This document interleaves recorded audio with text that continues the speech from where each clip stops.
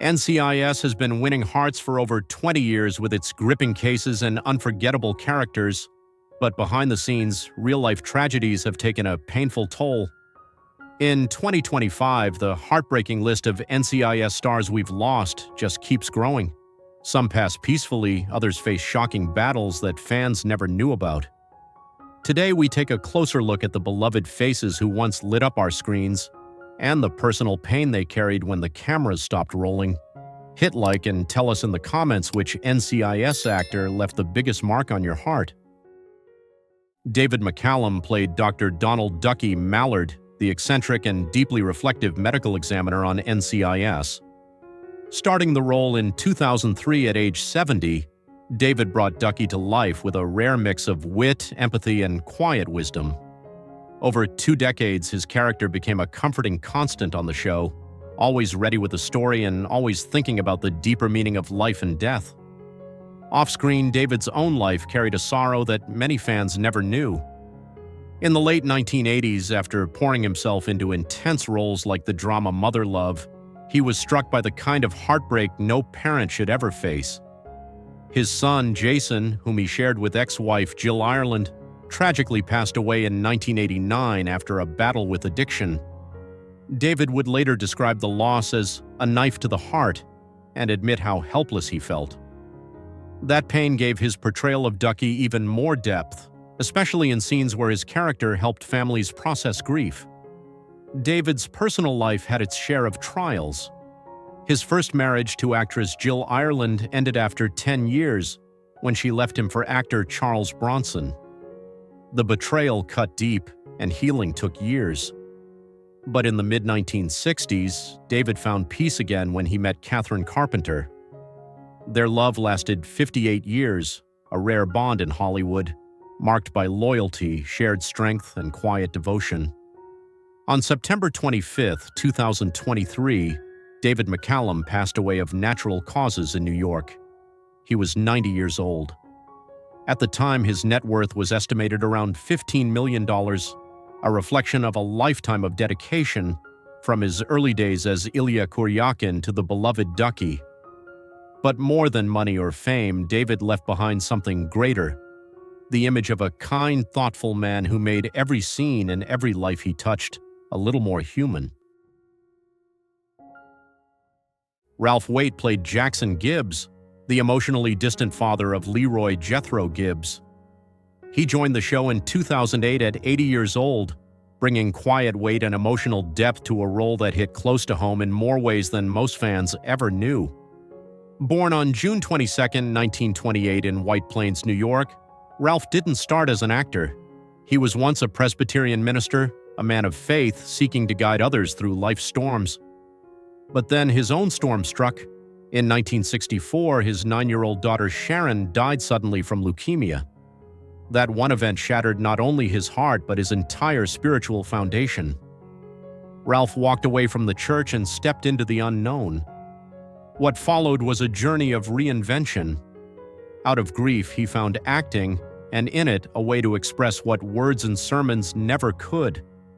His breakout role as John Walton Sr. on The Waltons turned him into America's father figure, but in real life he was still searching for peace.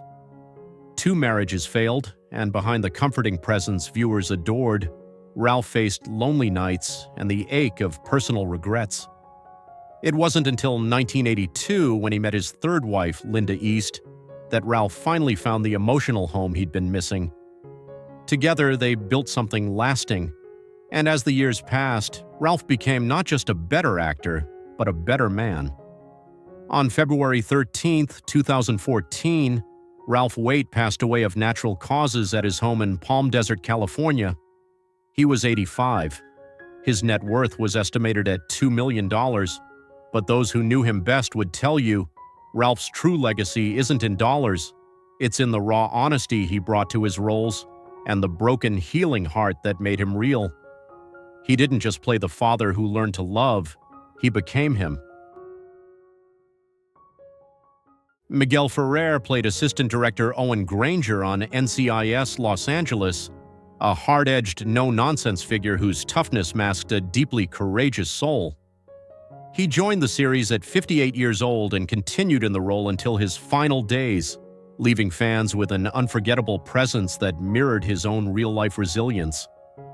Born on February 7, 1955 in Santa Monica, Miguel came from Hollywood royalty, son of legendary singer Rosemary Clooney and Oscar-winning actor Jose Ferrer. But instead of riding on their fame, he worked relentlessly to carve his own identity. Through gritty, unforgettable roles like Bob Morton in RoboCop and Albert Rosenfield in Twin Peaks, he built a legacy of characters who were sharp, layered, and utterly compelling. But the path wasn't easy. Miguel carried the weight of expectations from a young age, and behind the scenes he wrestled with the pressures of maintaining a demanding career while trying to be present as a father. His personal life saw heartbreak and failed relationships before he found true stability with his wife, producer Laurie Weintraub. Together, they blended their families and built something real amidst the chaos of Hollywood. Then came the cruelest chapter. In the final years of his life, Miguel was diagnosed with throat cancer, a disease that slowly ravaged his body and turned each day on set into a physical trial. But he never gave up. In fact, he insisted on continuing to work on NCIS, Los Angeles, drawing strength from his craft. The writers even shaped Owen Granger's story to mirror Miguel's real battle, turning fiction into tribute. On January 19, 2017, Miguel Ferrer passed away at home in Santa Monica. He was 61 years old. His net worth was estimated around $4 million, but what he truly left behind was something far greater. In the face of pain, Miguel Ferrer chose purpose. He didn't just act with power, he lived with it. Gregory Itzin played multiple characters in NCIS, most notably director Charlie and Spencer Downing, figures known for sharp intelligence and hidden motives. He joined the series in 2003 at the age of 55, and with his calm intensity and piercing eyes, he brought an air of quiet authority to every role. Off-screen, Gregory's life was much like the characters he portrayed, measured, dignified, but full of hidden challenges. While fans best remember him as President Charles Logan in 24, a performance that turned him into a household name, few knew the storm he was quietly weathering behind the curtain. In 2015, Gregory suffered a major heart attack. Though he survived, it left lasting effects, a wake-up call that forced him to confront the heavy cost of living in the spotlight. Despite this, Gregory kept going. He never stopped working, never stopped giving.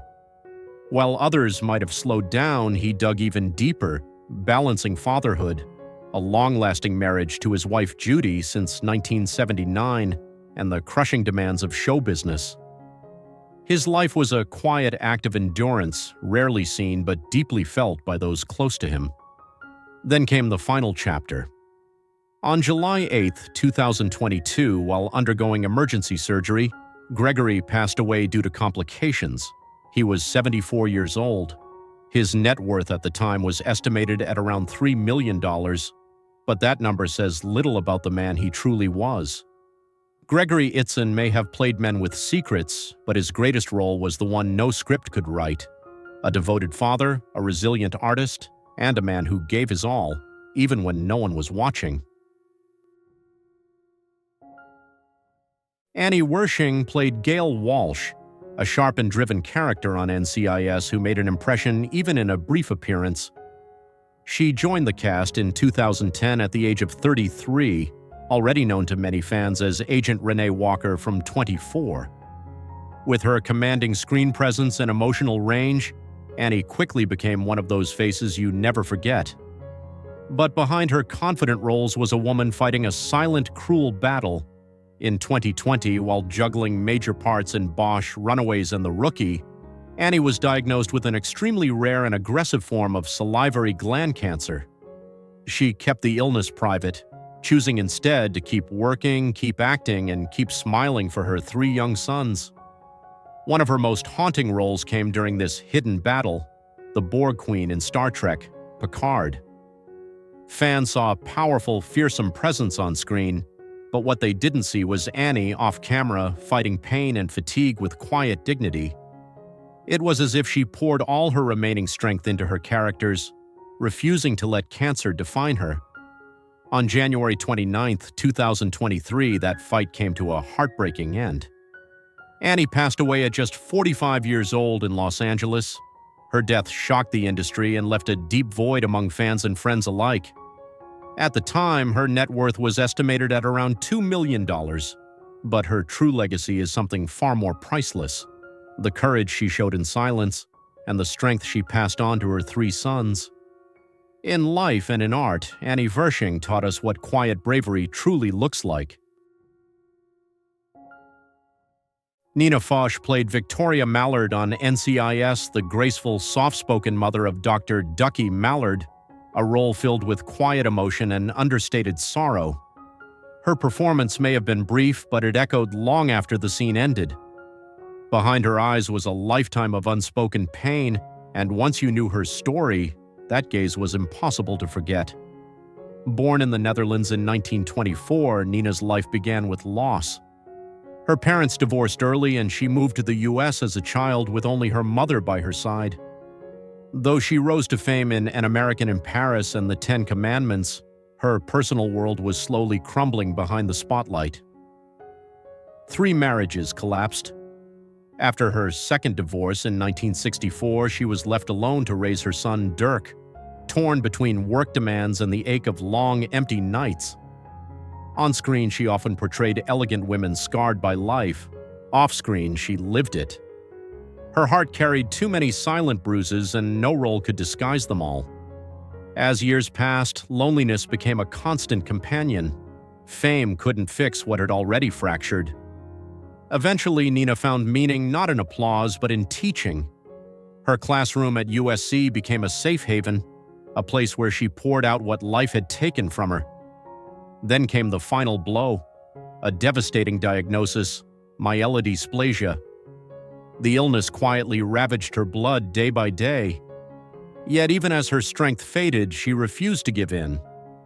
On December 4, 2008, while still teaching, she collapsed. The next day, she passed away at UCLA Medical Center. She was 84. Her ashes were entrusted to her son. At the time of her passing, her net worth was estimated at $3 million, but her truest legacy can't be measured in dollars. It lived in every fragile moment she brought to life on screen and in every student she inspired when she had nothing left to give. Nina Foch's life was not just touched by tragedy, it was shaped by it. But in every performance, she turned pain into beauty, and that's what made her unforgettable. Rene Oberjona played Dr. Felix Blackwell, a wise and seasoned scientist, a role that felt less like fiction and more like a reflection of who he truly was. Born on June 1, 1940 in New York City, Rene had already carved out a towering reputation long before joining NCIS in 2012 at the age of 72. He was the unforgettable Odo in Star Trek, Deep Space Nine, and the beloved Father Mulcahy in MASH, with a voice and presence that lingered long after the screen faded to black. With over 200 acting credits, he wasn't just prolific, he was iconic. But beyond his storied career, Rene faced a private war no camera ever caught. In 2018, he was diagnosed with lung cancer. The diagnosis came like a thief in the night, threatening to steal what mattered most: time with his family and clarity of mind to keep creating. Even as chemo drained his strength, he pressed on, refusing to give in. Then in 2019, the cancer spread to his brain. Doctors offered a choice: full brain radiation, which could save his life but might rob him of his sharp intellect, or the right to choose a peaceful goodbye. For a man whose mind had always been his greatest instrument, the choice was agonizing. Rene chose peace. Under California's End-of-Life Option Act, he spent his final hours surrounded by love. He listened to his favorite music, flipped through old photos, and held the hands of his wife of more than 50 years, Judith, and their 2 children. On December 8, 2019, he passed away at the age of 79, leaving behind not only a $5 million net worth, but a legacy of quiet courage and boundless creativity.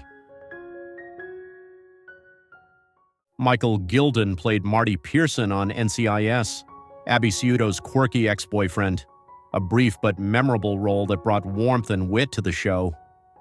But behind the scenes, Michael's real life was a quiet battle against deep-seated pain, invisible pressures, and a world that often refused to see him beyond his stature. Born on September 22, 1962 in Los Angeles, Michael was diagnosed with dwarfism at birth. Standing just 4 feet tall, he faced an industry obsessed with appearances. While he landed roles in iconic films like Return of the Jedi and Pulp Fiction, most of his work remained in the shadows, small parts, stunt work, and characters without names.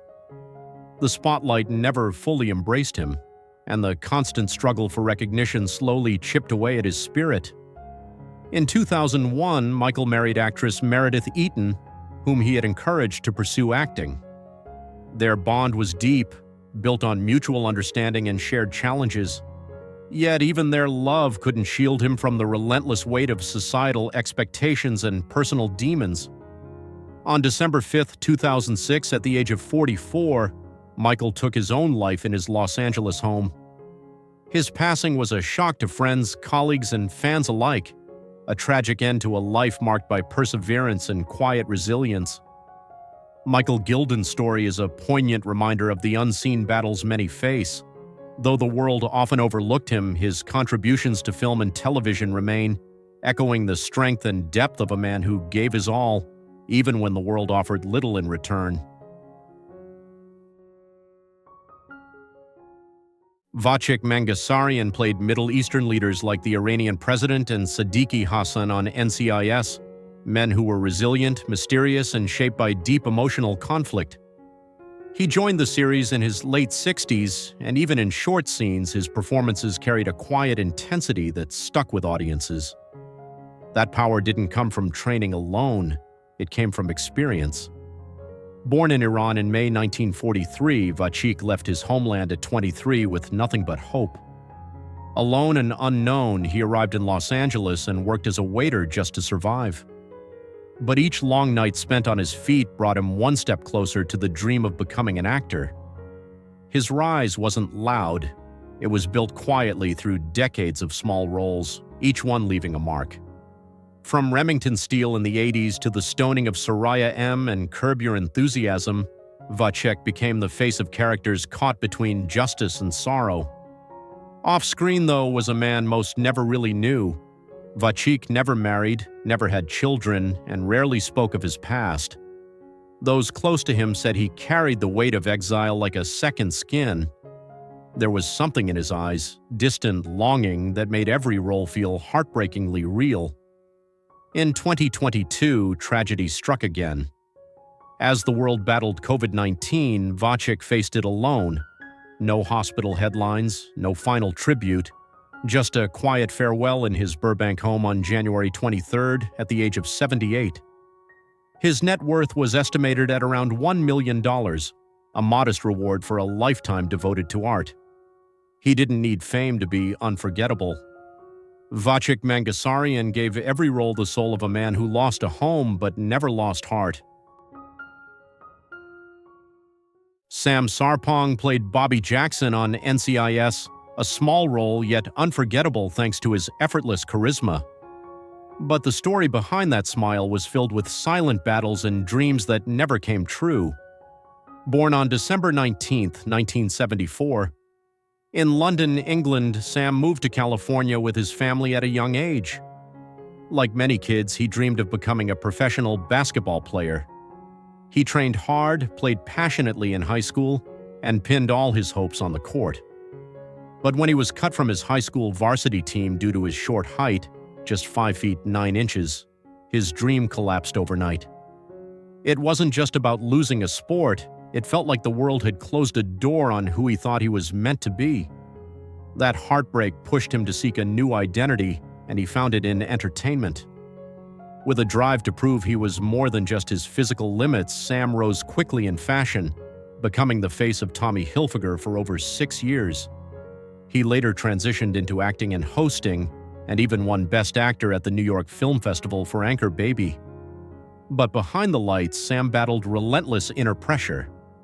As a black man in fashion and film, he constantly fought to be seen and accepted, even at the height of his success. People saw his radiant energy, but not the exhaustion beneath. He carried quiet pain from years of rejection, insecurity, and the fear that no matter how far he climbed, he was still falling short. On October 26, 2015, at the age of 40, Sam stood on the Colorado Street Bridge in Pasadena for hours. Police and family tried to talk him down, but the pain had become too heavy. He jumped, ending a life that seemed so vibrant on the outside but had been quietly crumbling from within. At the time of his death, his net worth was estimated at $1.5 million, but his real legacy is the tragic reminder that success doesn't always heal invisible wounds. NCIS isn't just about solving crimes, it's about the lives behind the scenes. The actors we've remembered today weren't just on-screen heroes. They faced real struggles, heartbreaks, and moments of quiet courage. Their stories remind us how fragile life is, but also how powerful a legacy can be. Comment below which star touched you the most, and hit like to honor their memory.